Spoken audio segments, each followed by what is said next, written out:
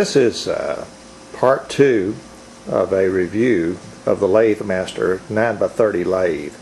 I had previously put a brief review of the lathe up on YouTube about 60 days ago, and that was right after I had purchased the lathe. And since then I've had an opportunity to use the lathe pretty regularly since then. And I'll show you just a few of the changes that I made. The first thing that I did was do away with the Phillips head screw and just put this in and with a little chain on it to change the gears. That just makes it a lot handier than trying to find a Phillips screwdriver, and then I just have it attached to the screw over on the side. So that was one improvement that I made, a little bit of brass hex that was turned. The other improvement that I made was putting a phase 2 quick change tool post on it, and that was very easy. I was able to retain the original knob to tighten each one of the tool holders with without a problem. I did have to make another shaft for it to go up in the middle of it slightly, and I got that idea from Bob Warfield and his page. What I have learned to appreciate is, and as you recall, this is my 4th metal lathe. I've had a 6x18 Craftsman with a screw-on chuck.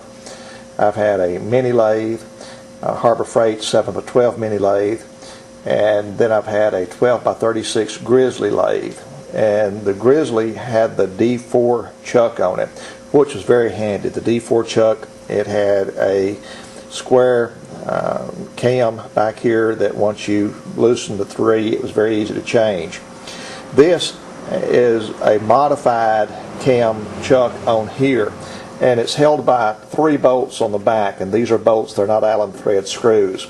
And these nuts, all you have to do is turn them about a half a turn, maybe 3/4 of a turn, and this plate right here swivels and the chuck just pulls out. I don't have to deal with any type of Allen wrench or any type of Allen screw that goes behind there.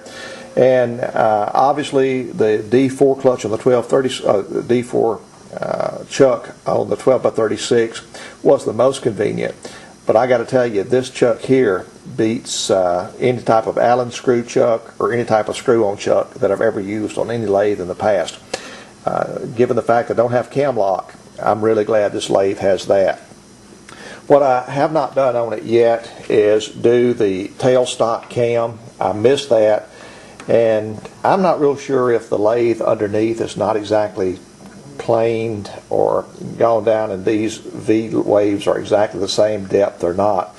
But what I have is I've had a little bit of problem going down and exactly getting this tailstock to tighten. I need to rephrase that. Not that the tailstock won't tighten. The tailstock tightens very well. But to do it with just one screw or a half a turn, I'm having some trouble doing that. I just need to tinker with it just a little bit more and get it tight. There's nothing, I don't want to mislead you, there's nothing wrong with the tailstock as it's designed. I was just wanting to put in a cam lock tailstock on the back, and that's a project that I will do here eventually. A couple of comments about the lathe. I've had a couple of people reply. One was concerning the noise of the lathe. This lathe is a very quiet lathe. Now I know when I turn it on it will get loud, but the reality is it's not loud at all. It's the way the camera picks up the sound. I'm going to turn it on.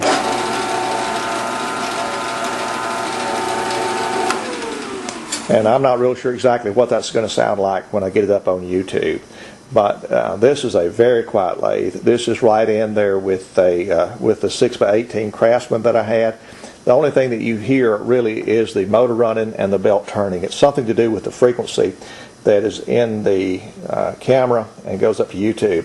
The other thing that I did was use this piece of PVC pipe, and all I did was cut it in half, or probably about 3/4 of the way through, 2/3 of the way through I suppose. And what that does, that allows me to have a cover on the lead screw. And I just took a hairdryer and heated up, and I believe this was 3/4 inch PVC. And I just took a hairdryer and heated that up slightly to where it goes in the hole and is wedged in there. And consequently, my lead screw stays clean regardless of what I do on it. So I really like that. It sticks out about 8 or 9 inches. The way I measured it, I put the chuck where the tool rests about as close as I would likely have it, somewhere along in there. And then I left about 1.5 inch gap between here and there. So that gives me a very long lead screw cover. Overall, I am very happy with this lathe. It fits what I do. The hole through the headstock is adequate. It's not exceptional, but it is adequate. I believe it's 3/4 of an inch. If you want to do some light gunsmithing on it, you could be able to do that. The 30-inch bed was initially going to get a 22-inch simply because of the space that I have to put this lathe in, but I'm really glad that I went ahead and stuck around and got a 9x30. The extra length is really helpful, especially when you've got your measuring calipers and your depth gauges and so forth, and you're trying to look around and read what your measurements are. That extra 4 or 5 inches sure makes a big difference, especially when you're my age and you're trying to read that. What I have not done, I have not cut any threads on it yet. I've not made a whole lot of gear changes on it. I still want to order the 100 tooth gear from Bob so that I can slow the travel down just slightly. I have used, and what I have in here now are some Plasti-Tools. It's a gentleman out in Washington, and I really can't see much about that insert down there. But there's a gentleman in Washington that makes those. They're about $35 a piece.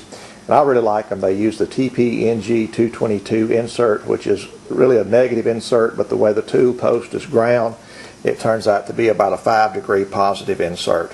And they work very well, and it uses the TPNG 222 insert, which is one of the least expensive inserts that you can buy. Those things are about $1.50, and you get 6 cutting edges on it. So theoretically, you could go an entire year on just a couple of dollars worth of cutting inserts.